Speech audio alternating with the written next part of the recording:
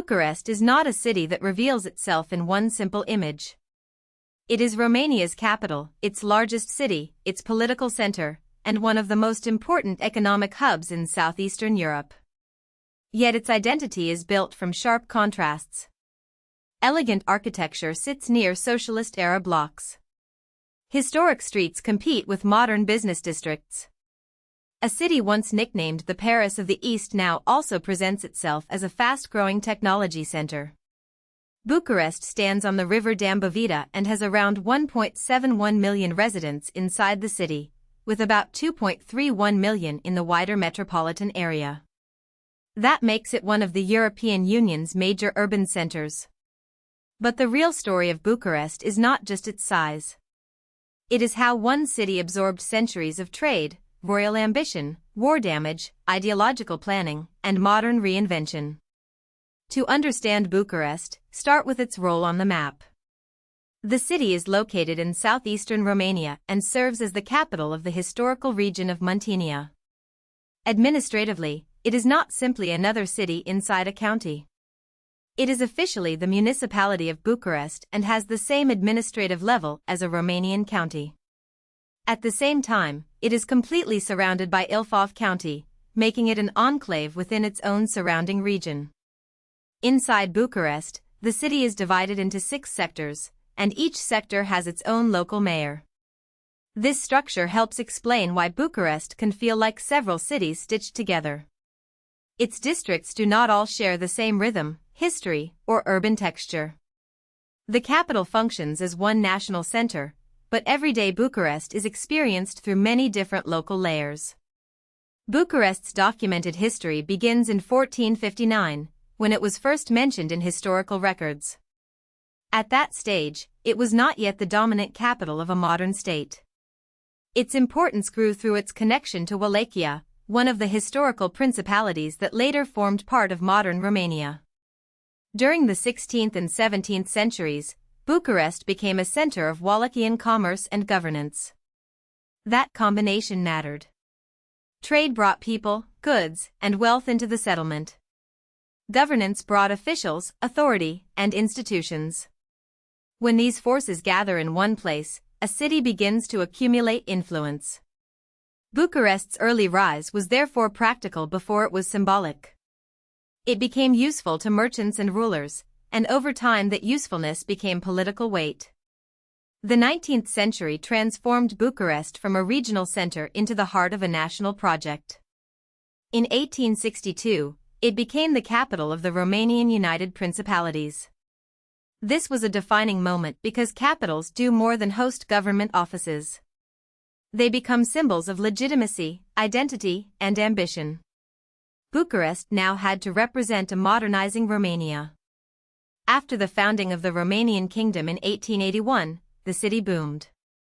New institutions, cultural venues, boulevards, and public buildings helped create the image of a confident capital. Like many European capitals of the era, Bucharest used architecture and urban development to announce that it belonged among modern states. Its growth was not just demographic. It was also psychological. The city began to see itself, and to present itself, as a European capital. This period produced one of Bucharest's most famous nicknames, the Paris of the East. The phrase reflected the city's cosmopolitan culture and eclectic architecture. It suggested boulevards, cafes, elegance, and a public life influenced by Western European models. But the nickname should not be understood as simple imitation. Bucharest was not trying to become Paris in Romania. Instead, the comparison captured its desire to combine local identity with international sophistication. Its architecture mixed styles, and that eclectic character became part of the city's charm. The city's elite looked outward, while Romania's capital also had to express national pride. This tension between imported influence and local identity still helps explain Bucharest's atmosphere today. The Second World War broke the continuity of Bucharest's glamorous image. The city was severely damaged, and the physical destruction also marked a deeper historical rupture. Before the war, Bucharest had cultivated an identity associated with cosmopolitan life and architectural variety. After the war, it entered a very different political world. Damage to buildings and infrastructure created space for rebuilding, but rebuilding under a new regime would not simply restore the old city. It would reshape Bucharest according to different priorities. War often acts as a turning point in urban history because it weakens what came before and accelerates what comes next. In Bucharest's case, the next phase was socialist transformation on a massive scale. Under the Socialist Republic of Romania, Bucharest expanded dramatically in population and physical size. The city's development became tied to state planning, industrial growth, and socialist architecture. Large housing blocks, broad avenues, administrative spaces, and standardized urban forms became defining features of the capital. The most radical changes came through Nicolae Ceausescu's program of systematization. This policy aimed to reorganize urban and rural spaces according to the priorities of the socialist state. In practice, it often meant replacing older neighborhoods with monumental projects and planned developments. For Bucharest, this created one of its most visible contradictions. The old city of elegance and layered history was partially overwritten by a city of scale, control, and ideological design. That is why Bucharest's built environment can feel unusually fragmented. In some European capitals, the historic center dominates the entire identity of the city. Bucharest is different. Its streets show multiple historical systems competing for attention. There are traces of the Paris of the East, remnants of older commercial and political life, socialist-era housing and civic planning, and newer signs of post-communist development. In 2016, the historical city center was listed as endangered by the World Monuments Watch. This highlights a major challenge. Bucharest's heritage is valuable, but it is also vulnerable.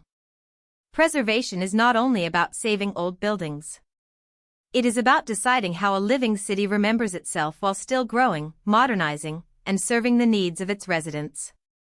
Population growth is another key part of the city's story. Bucharest is by far Romania's most populous city and passed 1 million inhabitants in the 1940s. This matters because national capitals tend to pull opportunity toward themselves. Government offices attract administrators and professionals. Universities attract students. Businesses follow talent and infrastructure.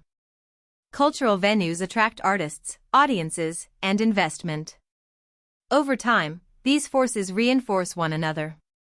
Bucharest became not just the formal capital, but the country's main urban magnet. That concentration creates power, but it also creates pressure.